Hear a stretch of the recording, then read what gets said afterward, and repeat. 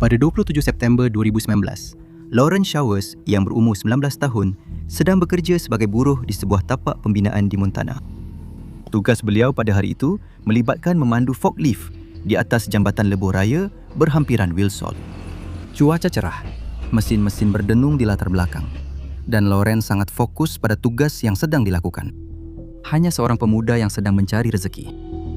Tetapi tiba-tiba keadaan mula menjadi buruk. Apa yang bermula sebagai hari biasa di tempat kerja akan bertukar menjadi mimpi ngeri yang menakutkan. Kereta-kereta yang tidak sabar di lampu isyarat mula memotongnya secara melanggar undang-undang. Jambatan itu hanyalah satu lorong sempit yang sudah pun hampir tidak cukup lebar untuk Lauren dan forklift 6 tan besar yang sedang dia kendalikan. Lauren menghampiri tepi jambatan apabila sebuah kereta memaksa lalu untuk mengelak perlanggaran. Dan pada saat itulah ia berlaku. Tepi jambatannya rapuh, tidak mampu menampung berat forklift 4 tan itu, runtuh tanpa sebarang amaran. Mesin itu mula condong, kemudian jatuh menjunam dengan mengerikan. Lauren bertindak mengikut naluri, cuba melompat keluar, tetapi kakinya tersekat pada tali pinggang keledar. Dia tergantung tanpa daya ketika forklift itu menyeretnya menuruni bukit setinggi 50 kaki itu. Forklift itu berguling beberapa kali. Setiap hentakan adalah dentuman logam dan tanah yang memekakkan telinga. Lauren terhempas ke tanah dalam keadaan masih hidup. Tetapi sebelum dia sempat memahami apa yang berlaku, mesin besar itu jatuh menghempapnya, menghancurkan badannya dari pinggang ke bawah. Keadaan itu benar-benar mengerikan. Penyelamat bergegas untuk membebaskannya dari rangka yang remuk berpintal. Tetapi masa semakin suntuk. Bagaimana seseorang boleh terselamat daripada sesuatu yang begitu sukar untuk dibayangkan? Hari ini saya akan berkongsi 7 kisah mengejutkan tentang kemalangan di tempat kerja yang berakhir dengan kengerian yang tidak dapat dibayangkan. Ini bukan kisah biasa tentang kesilapan kecil dan kesalahan yang tidak berbahaya. Ini adalah yang paling teruk antara yang terburuk. Seperti biasa, penonton dinasihatkan supaya menggunakan budi bicara. Mari kita kembali kepada kisah Lauren. Selepas dihimpit di bawah forklift, Lauren masih sedar sepenuhnya memandang kecederaan yang dialaminya. Dia kemudian menggambarkan pemandangan menakutkan apabila kakinya terhimpit dan menyedari segala-galanya di bawah pinggangnya telah musnah. Apabila paramedik tiba, mereka terkejut. Tiada siapa pernah melihat seseorang terselamat daripada kecederaan yang begitu dahsyat. Dengan jambatan yang runtuh, usaha menyelamat itu sendiri akan menjadi berisiko. Sisa runtuhan itu tidak stabil dan terdapat bahaya sebenar bahawa ia boleh runtuh lagi. Masa semakin suntuk. Tetapi entah bagaimana, mereka berjaya membebaskannya dan menstabilkannya. Apabila Lauren sampai di hospital, doktor-doktor dengan cepat menyedari mereka tiada pilihan lain. Kecederaannya terlalu parah untuk menyelamatkan bahagian bawah badannya. Pelvisnya hancur sepenuhnya. Kakinya hancur teruk sehingga tidak dapat dibaiki dan kerosakannya tidak boleh dipulihkan. Untuk menyelamatkan nyawanya, mereka terpaksa melakukan satu pembedahan yang dikenali sebagai hemikorporektomi, iaitu pembedahan yang jarang dan sangat ekstrim untuk membuang segala-galanya di bawah pinggangnya. Pembedahan ini sangat jarang dilakukan, sehingga kebanyakan pakar bedah hanya mengetahuinya melalui buku teks perubatan. Risiko besar seperti kehilangan darah, jangkitan, dan trauma menyebabkan peluangnya untuk terus hidup sangat tipis. Tetapi Lauren mengatasi segala kemungkinan. Pembedahan itu berjaya dan dia selamat menjalani pembedahan tersebut. Apabila dia sedar, Lauren tidak mempunyai kaki, pelvis atau alat kelamin. Tetapi entah bagaimana, dia masih hidup. Daripada berputus asa, dia memilih untuk menyesuaikan diri. Dia menggunakan tempat duduk prostetik yang direka khas dan belajar untuk mengimbangkan berat badannya serta mengendalikan tugas harian. Sepanjang semua itu, teman wanitanya Sabia tetap berada di sisinya dan akhirnya mereka berdua berkahwin. Bersama-sama, mereka mencari cara untuk membina kehidupan baru. Kisah Lauren adalah kisah tentang kelangsungan hidup, walaupun peluangnya hampir mustahil. Tetapi, beberapa kisah yang akan anda dengar sebentar lagi tidak mempunyai pengakhiran yang bahagia seperti itu. Lauren adalah satu-satunya yang terselamat. Mari kita tingkatkan lagi. Apa yang berlaku apabila latihan lama bertemu dengan teknologi baharu? Ini membawa kita kepada kisah mengerikan Kenji Urada. Kenji Urada ialah seorang pekerja penyelenggaraan berumur 37 tahun di Kawasaki Heavy Industries di Akashi, Jepun. Walaupun robot industri semakin biasa digunakan di kilang-kilang, Pada tahun 1981, protokol keselamatan masih belum wujud. Ini bermakna pekerja penyelenggaraan termasuk Kenji mempunyai latihan yang terhad tentang cara berinteraksi dengan selamat dengan robot-robot ini. Jadi pada bulan Julai yang malang itu, Kenji pergi bekerja seperti hari-hari biasa. Kilang itu sibuk menghasilkan komponen untuk mesin industri dan Kenji berada di tengah-tengahnya. Tugas Kenji pada hari itu kelihatan seperti biasa. Sebuah robot pengeluaran mengalami kerosakan dan ia memerlukan penyelenggaraan. Biasanya, prosedur yang betul adalah mematikan robot sepenuhnya sebelum masuk. Namun, atas sebab yang tidak jelas, Kenji telah memintas penghadang keselamatan. Sebaliknya, daripada membuka pintu pagar yang secara automatik akan memutuskan kuasa robot itu, Kenji memanjat pagar tersebut tanpa sedar membiarkan robot itu terus aktif. Pada mulanya, semuanya kelihatan baik-baik saja. Kenji sedang memeriksa robot itu, mungkin tanpa menyedari bahaya yang ada. Tetapi semasa dia bekerja, sensor mesin itu yang masih berfungsi telah salah mentafsir kehadirannya. Robot itu tersilap anggap Kenji sebagai sebahagian daripada barisan pengeluaran. Tiba-tiba, lengan mekanikalnya bergerak, seolah-olah bernyawa dengan ketepatan yang tidak manusiawi. Sebelum Kenji sempat bertindak, lengan itu menangkapnya dan menekannya ke mesin pengisar yang berdekatan. Adegan itu menjadi mengerikan dalam sekelip mata. Dengan gerakan yang dingin dan tanpa perasaan, lengan mekanikal robot itu menangkap Kenji dan menolaknya dengan kuat ke mesin pengisar yang berdekatan. Terperangkap dan tidak dapat melarikan diri, badannya dihancurkan oleh pergerakan mesin yang tidak henti-henti. Boleh awak bayangkan, bekerja di tempat di mana mesin yang awak harapkan tidak tahu beza antara manusia dan komponen mesin? Rakan sekerja bergegas membantu, panik menyekan butang henti kecemasan, tetapi tiada apa yang berjaya. Kilang itu dipenuhi dengan bunyi mesin berat yang menenggelamkan jeritan Kenji. Dalam sekelip mata, dia telah meninggal dunia. Selepas kejadian itu, para penyiasat cuba memahami apa yang tidak kena. Mereka mendapati bahawa Kenji telah mengabaikan beberapa langkah keselamatan mungkin untuk menyiapkan pembaikan dengan cepat. Tetapi isu yang lebih besar ialah kekurangan mekanisme keselamatan automatik yang sewajarnya. Pada masa itu, perkara seperti mengunci robot atau memasang pagar semasa penyelenggaraan bukanlah amalan biasa dan Kenji malangnya menjadi mangsa kepada sistem yang tidak dibina untuk melindungi pekerja daripada mesin yang berada di sisi mereka. Kematian Kenji kini dikenali sebagai kes pertama yang direkodkan di Jepun di mana robot membunuh manusia. Tetapi beberapa tahun sebelumnya, sesuatu yang serupa berlaku di Amerika Syarikat. Ini adalah kisah Robert Williams. Tarikhnya 25 Januari 1979. Robert pada masa itu adalah seorang pekerja berumur 25 tahun di Michigan Casting Center milik Ford Motor Company. Pada hari itu, beliau sedang bekerja dengan sistem pengambilan alat ganti yang besar yang direka untuk menggerakkan bahan-bahan berat di seluruh lantai kilang. Sistem itu bergantung kepada lengan robotik yang beratnya melebihi 1 tan untuk mengambil alat ganti dari rak penyimpanan yang tinggi. Tetapi ada masalah.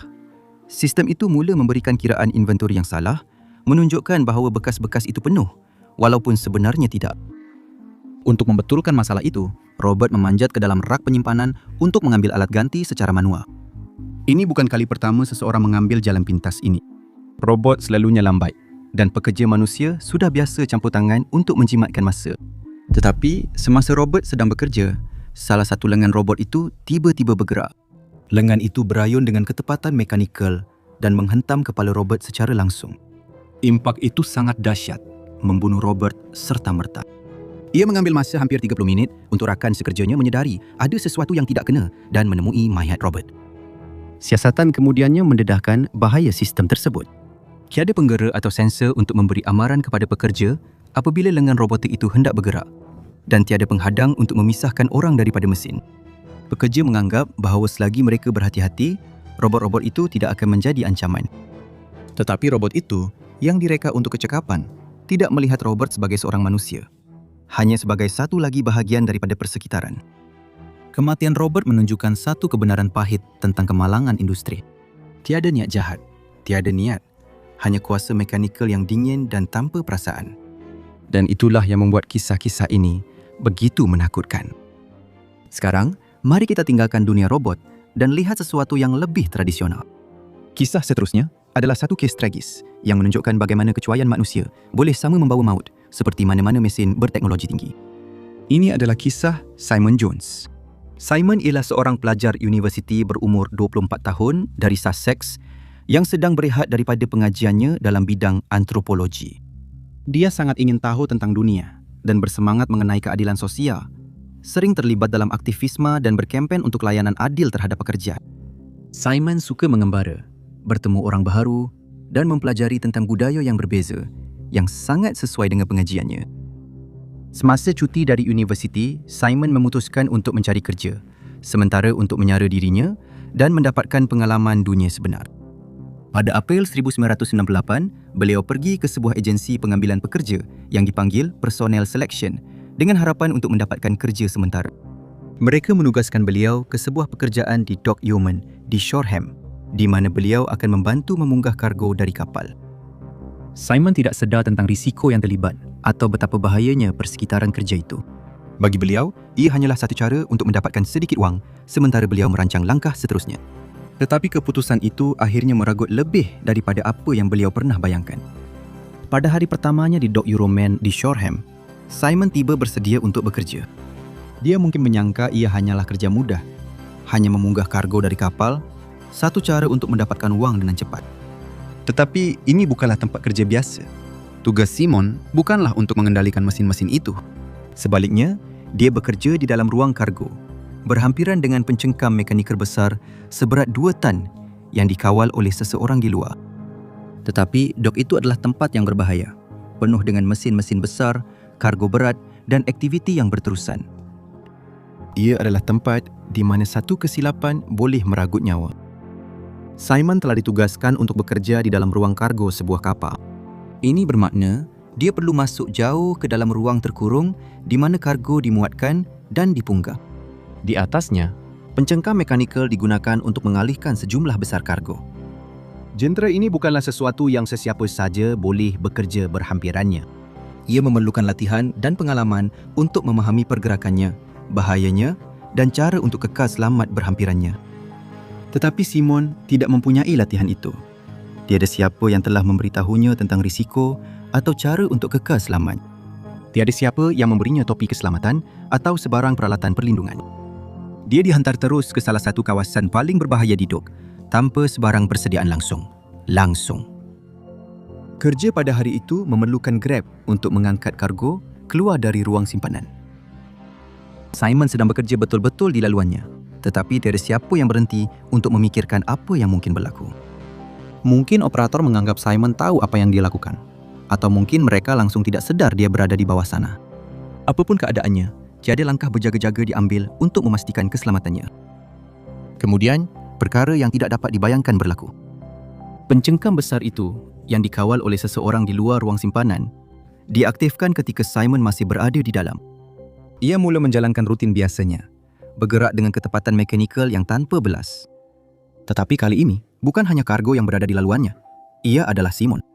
Rahang logam pencengkam itu turun ke atasnya, menghancurkannya serta-merta. Kekuatan itu tidak dapat dibayangkan dan tiada siapa yang dapat berbuat apa-apa untuk menghentikannya tepat pada masanya. Pekerja-pekerja yang berdekatan hanya mampu melihat dengan ngeri ketika mesin itu melaksanakan tugas yang telah diprogramkan, tanpa menyedari ia baru sahaja meragut nyawa seseorang. Kejadian itu membuat semua orang terkejut. Pasukan kecemasan tiba dan mendapati mayat Simon serta tempat kerja yang benar-benar telah mengabaikannya. Siasatan mendedahkan betapa teruknya sistem itu telah gagal. Simon tidak pernah diberi latihan, tidak pernah diberi amaran dan tidak pernah dilindungi. Dia telah ditempatkan di salah satu kawasan paling berbahaya di Dock tanpa sebarang langkah keselamatan yang anda jangkakan dalam pekerjaan berisiko tinggi seperti itu. Tiada penggera untuk memberi amaran apabila penyepit itu hendak bergerak. Tiada siapa yang memeriksa sama ada selamat untuk Simon berada di ruang kargo itu. Ia bukan sekadar satu kemalangan tragis, tetapi kegagalan tanggungjawab sepenuhnya. Kematian Simon tidak sepatutnya berlaku. Ia adalah akibat kecuaian, tempat kerja yang mengutamakan kelajuan dan kecekapan berbanding keselamatan asas, serta satu sistem yang melayan pekerja sementara, seperti mereka boleh dibuang begitu sahaja. Skandal yang berlaku selepas kematian Simon mengejutkan orang ramai dan mencetuskan desakan untuk keadilan. Ia menjadi jelas bahawa agensi pengambilan pekerja, Personnel Selection dan Yeoman, syarikat yang mengendalikan Dock itu, telah gagal melindunginya. Euromon didenda £50,000 kerana melanggar peraturan kesihatan dan keselamatan.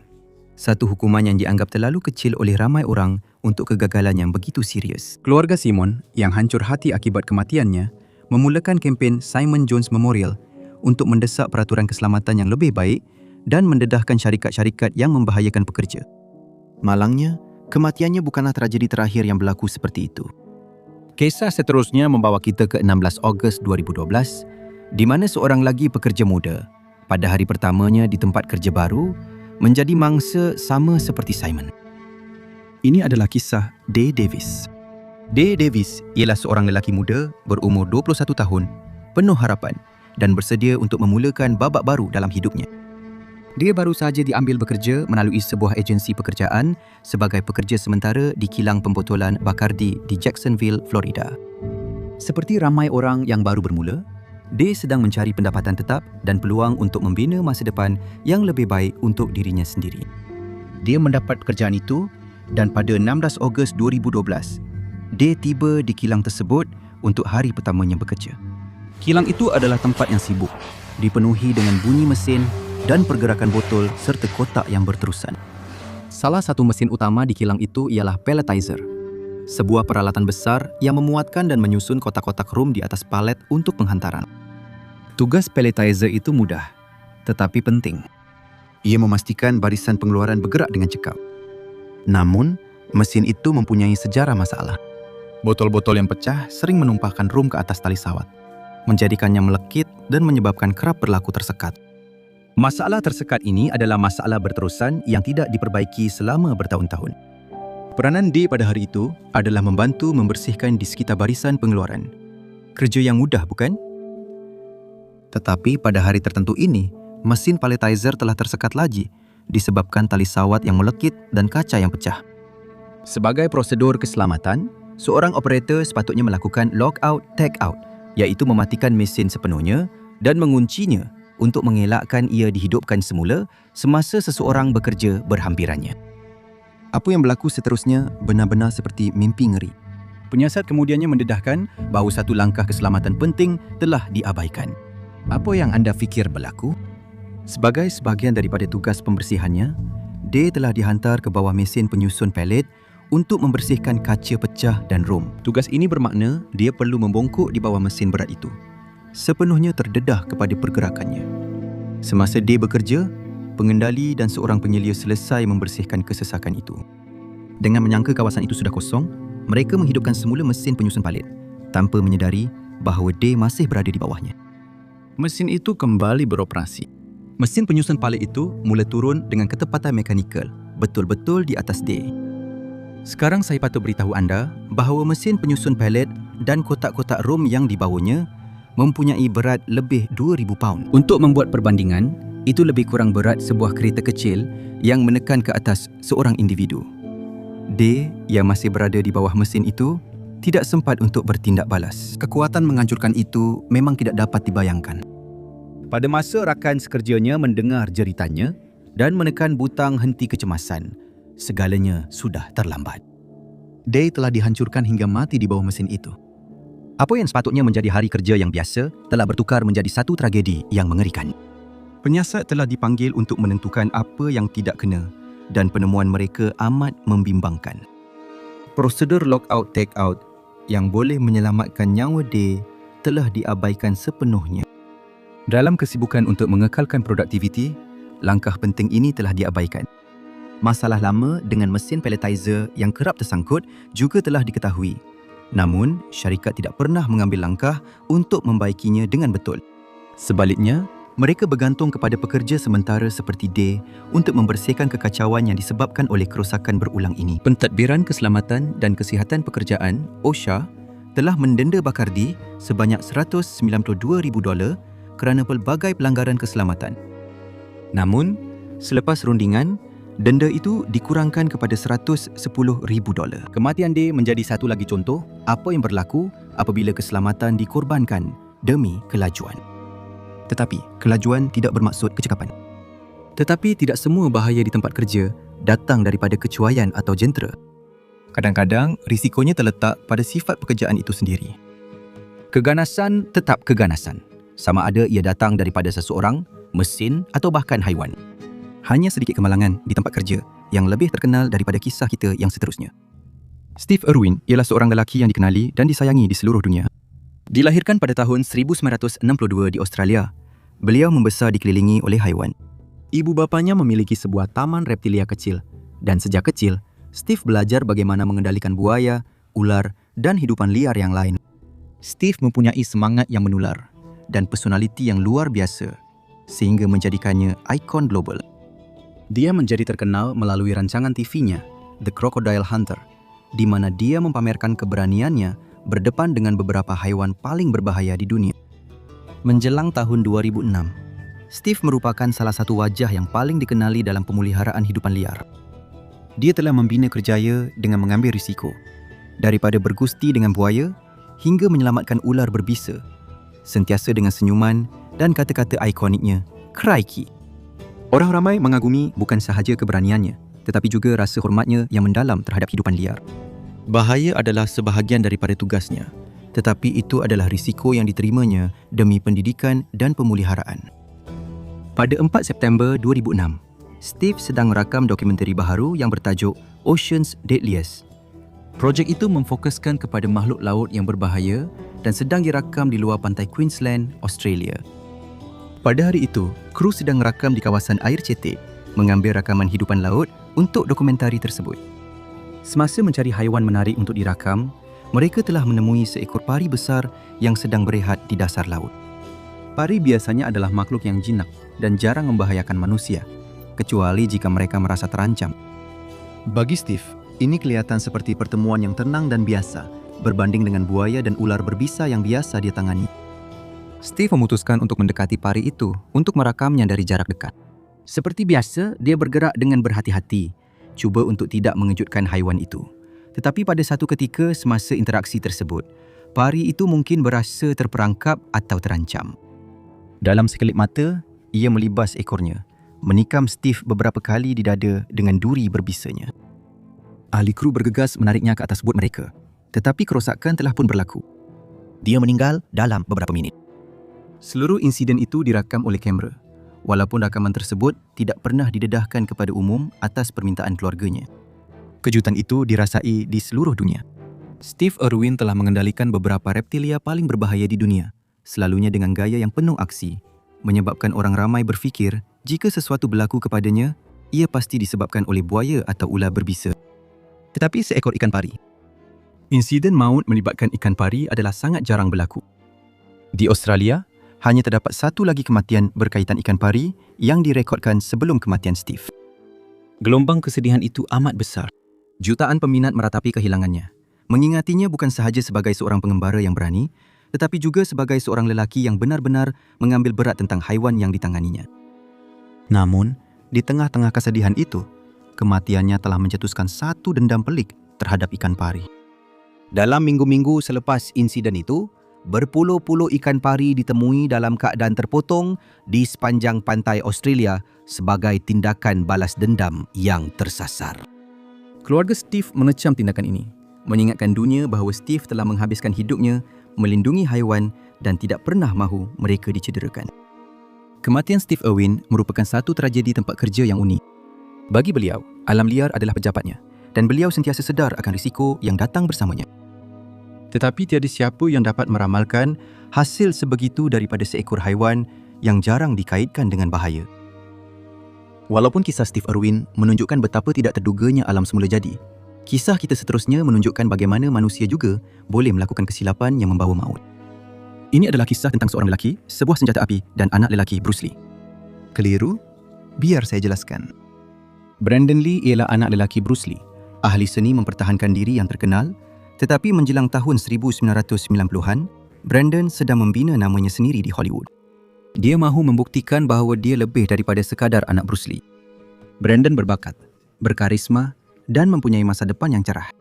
Pada tahun 1993, Brandon mendapat watak utama dalam filem The Crow, sebuah filem bernuansa gelap tentang seorang lelaki yang dibunuh dan kembali dari kematian untuk membalas dendam. Watak ini merupakan detik besar untuk Brandon dan boleh melonjakkan beliau ke puncak kemasyhuran. Filem itu berani dan mendebarkan, dengan adegan aksi yang intens dan visual yang menghantui. Tetapi di sebalik tabir, keadaan tidak begitu lancar dan satu kesilapan semasa penggambaran telah mengubah segalanya. Pada 31 Mac 1963, Brandon sedang menjalani penggambaran untuk satu babak penting. Dalam babak itu, wataknya berjalan masuk ke dalam sebuah bilik dan ditembak oleh seorang pelakon lain dengan revolver. Ia adalah detik dramatik yang menjadi inti kepada jalan cerita. Dan seperti semua babak menggunakan senjata api di Hollywood, ia sepatutnya dilakonkan dengan penuh berhati-hati. Senjata api yang digunakan dalam babak itu diisi dengan peluru kosong, iaitu peluru yang menghasilkan bunyi dan cahaya tembakan tanpa melepaskan peluru sebenar. Semuanya kelihatan berjalan seperti biasa dan tiada siapa menjangkakan apa-apa yang buruk akan berlaku. apa yang kru tidak sedar ialah terdapat satu kesilapan maut pada revolver itu. Semasa babak sebelum ini, pistol yang sama telah dimuatkan dengan peluru tiruan, iaitu peluru yang kelihatan seperti sebenar tetapi tidak mengandungi serbuk letupan. Ia biasanya digunakan untuk penggambaran jarak dekat di mana peluru dalam silinder dapat dilihat. Salah satu peluru tiruan itu telah tersekat di dalam laras pistol. Satu keadaan yang dikenali sebagai squib load. Perkara ini sepatutnya dapat dikesan semasa pemeriksaan rapi, tetapi ia tidak dikesan. Apabila pistol itu diisi dengan peluru kosong untuk babak Brandon, kru tanpa sedar telah membuka jalan kepada bencana. Peluru kosong tidak mengandungi peluru sebenar, tetapi ia masih menghasilkan daya yang cukup untuk melontarkan apa sahaja yang tersekat di dalam laras. Apabila picu ditarik, peluru kosong itu meletup, menolak peluru tiruan yang tersekat keluar dari laras dengan kelajuan maut. Projektil itu terkena Brandon di bahagian abdomen, menyebabkan kecederaan dalaman yang teruk. Pada mulanya, tiada siapa di set penggambaran memahami apa yang telah berlaku. Brandon jatuh ke tanah seperti dalam skrip. Tetapi apabila dia tidak bangun, kru menyedari ada sesuatu yang tidak kena. Keadaan menjadi huru-hara apabila orang ramai berebut-rebut untuk membantunya. Dia dikejarkan ke hospital di mana doktor berusaha tanpa henti untuk menyelamatkan nyawanya. Malangnya, kecederaan itu terlalu parah. Brandon Lee meninggal dunia lewat pada hari itu, pada usia 28 tahun sahaja. Siasatan dengan cepat mendedahkan siri kesilapan yang membawa kepada kemalangan maut itu. Pakar senjata filem itu tidak berada di set pada hari tersebut dan protokol keselamatan untuk mengendalikan pistol telah diabaikan. Pemeriksaan mudah sebenarnya boleh mendedahkan laras yang tersumbat itu, tetapi dalam kesibukan produksi, perkara itu telah terlepas pandang. Selepas kematian Brandon, terdapat janji-janji untuk melakukan pembaharuan. Hollywood mengetatkan beberapa peraturan keselamatan untuk mengendalikan senjata api di set. Tetapi malangnya, pengajaran itu tidak benar-benar diambil iktibar. Beberapa tahun kemudian, tragedi serupa berlaku. Seperti insiden tembakan pada tahun 2021 yang melibatkan Alec Baldwin di set penggambaran Rust, di mana sinematografer Helena Hutchins kehilangan nyawanya. Insiden-insiden ini membuktikan bahawa kegagalan keselamatan terus berlaku apabila langkah berjaga-jaga yang betul diabaikan. Bencana di tempat kerja boleh berlaku dalam pelbagai bentuk. Kadang-kadang ia adalah satu kemalangan, kadang-kadang ia adalah kecuaian, dan kadang-kadang ia adalah sesuatu yang memang dilakukan dengan sengaja yang memusnahkan ilusi keselamatan di tempat kerja. Pada 26 Ogos 2015, semasa segmen berita pagi secara langsung di Virginia, wartawan Alison Parker dan juru kamera Adam Ward berada di Bridgewater Plaza di Manhattan, Virginia. Alison, seorang wartawan berusia 24 tahun yang penuh bertenaga, sedang menjalankan temu bual secara langsung dengan Vicky Gardner, seorang pemimpin perniagaan tempatan. Adam, 27 tahun, berada di belakang kamera, merakam setiap detik dengan profesionalismenya seperti biasa. Bagi kru TV itu, ia kelihatan seperti satu lagi tugasan rutin biasa untuk membuat liputan kisah komuniti. Siaran bermula seperti biasa, dengan Alison tersenyum dan berbual dengan tetamunya. Kamera Adam merakam adegan itu dengan sempurna, memaparkan plaza yang sibuk di belakang mereka. Tetapi ketika Alison mengajukan soalan seterusnya, sesuatu yang tidak dijangka berlaku. Seorang lelaki muncul entah dari mana. Tanpa sebarang amaran, dia melepaskan tembakan. Tembakan pertama mengejutkan semua orang. Alison menjerit dan berlari. Mikrofon beliau terjatuh ke tanah. Kamera Adam terjatuh apabila beliau juga cuba untuk bertindak balas. Tetapi semuanya sudah terlambat. Alison dan Adam ditembak berkali-kali sementara rakan sekerja mereka di bilik kawalan hanya mampu melihat dengan penuh ketakutan. Penonton di rumah juga menyaksikan suasana huru-hara itu Sebelum siaran, tiba-tiba diputuskan.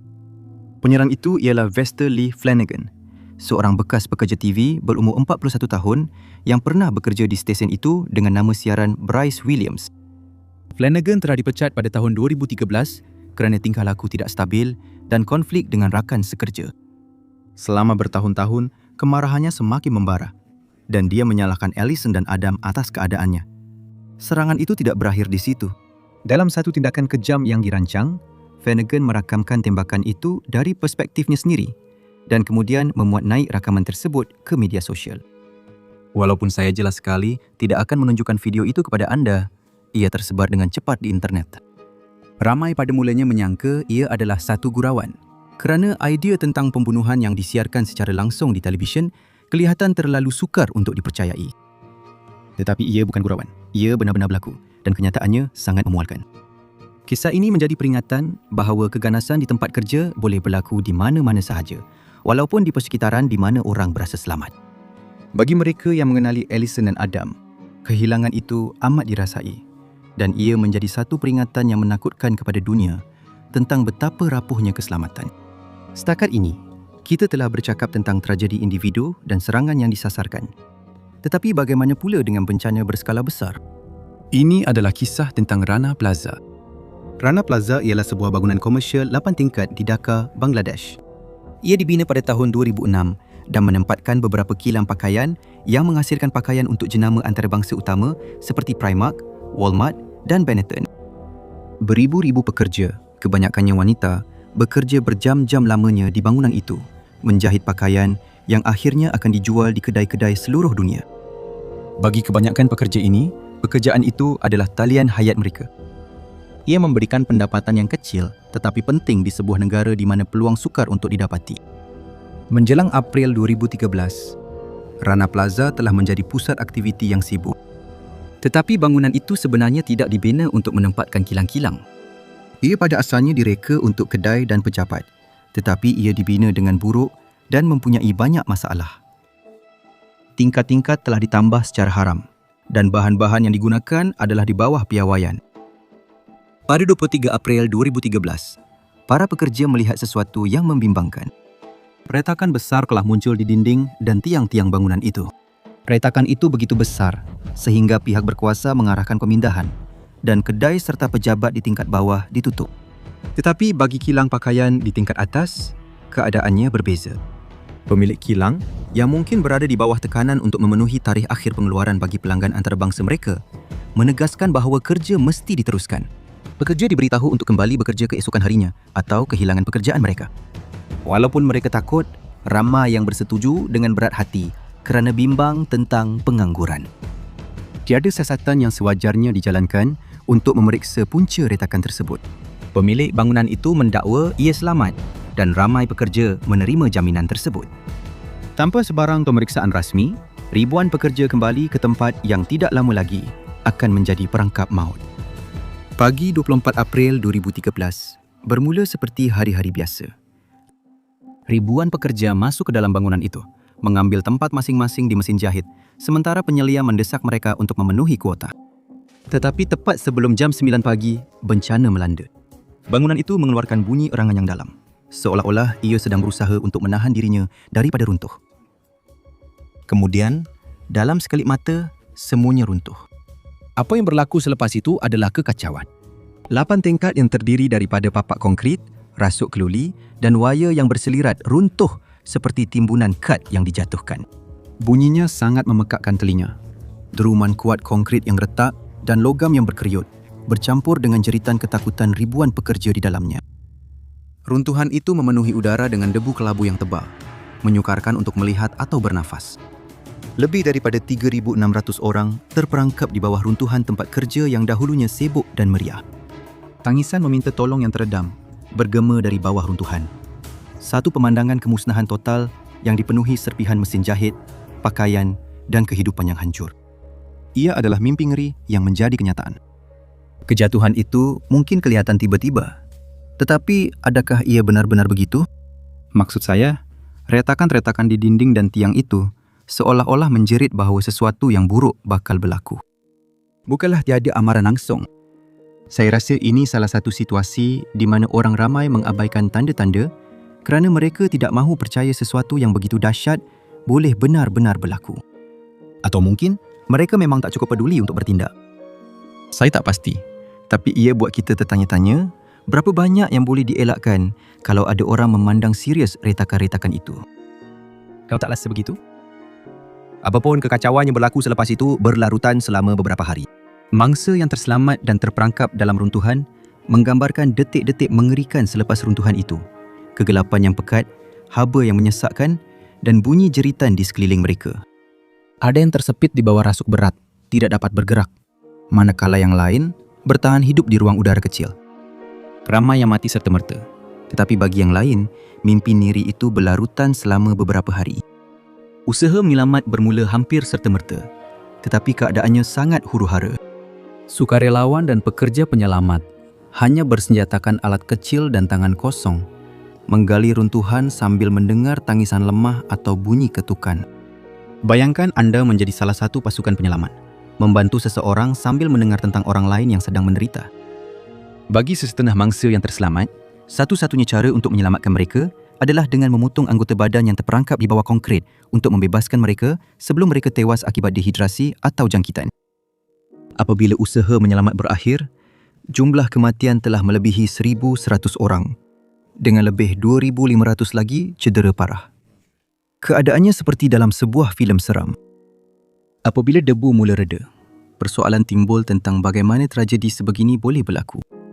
Penyiasat telah dipanggil untuk menentukan apa yang tidak kena, dan hasil siasatan mereka amat memberatkan.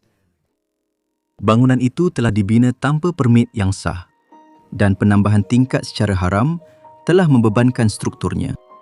Ingat apa yang saya katakan tadi tentang bagaimana bangunan itu sebenarnya tidak sepatutnya menempatkan kilang? Getaran daripada mesin jahit berat telah melemahkan lagi bangunan itu, menjadikan keruntuhan tidak dapat dielakkan. Namun walaupun terdapat tanda amaran yang jelas, pemilik kilang memilih untuk mengabaikan risiko tersebut, memaksa pekerja kembali ke perangkap maut. Tragedi Rana Plaza menjadi satu skandal global. Jenama-jenama utama berdepan penelitian yang hebat kerana mengalih keluar pengeluaran ke kilang-kilang dengan keadaan kerja yang tidak selamat. Sebagai tindak balas, Perjanjian Bangladesh mengenai keselamatan kebakaran dan bangunan telah diwujudkan dengan janji untuk memperbaiki piawaian keselamatan dalam industri pakaian. Dana pampasan telah ditubuhkan untuk mangsa dan keluarga mereka, walaupun ramai yang terselamat menerima sedikit atau tiada langsung. Kejadian runtuhan Rana Plaza bukan sekadar kisah sebuah bangunan yang roboh, tetapi satu lagi peringatan tentang apa yang berlaku apabila keuntungan lebih diutamakan daripada nyawa manusia. Kejadian seperti ini sepatutnya tidak pernah berlaku, tetapi malangnya ia masih terus berlaku. Jadi, apa persamaan semua kisah ini? Sama ada melibatkan runtuhan bangunan, kegagalan mesin atau perbuatan ganas. Ia menunjukkan betapa dahsyatnya akibat mengabaikan keselamatan dan meletakkan keuntungan atau sikap cuai sebagai keutamaan. Tragedi-tragedi ini mengingatkan kita bahawa di sebalik setiap angka terdapat manusia sebenar dengan kehidupan, keluarga dan impian. Dan terpulang kepada kita semua untuk memastikan kisah mereka tidak pernah dilupakan. Apa pendapat anda tentang tragedi-tragedi ini? Adakah ia benar-benar boleh dicegah? Atau adakah ia hanya harga yang perlu dibayar dalam menjalankan perniagaan? Beritahu saya pendapat anda di ruangan komen di bawah. Mahu menyokong saluran ini? Sertai untuk keistimewaan eksklusif. Terima kasih kerana menonton dan jumpa lagi dalam video seterusnya. Terus berani dan hiduplah dengan keberanian.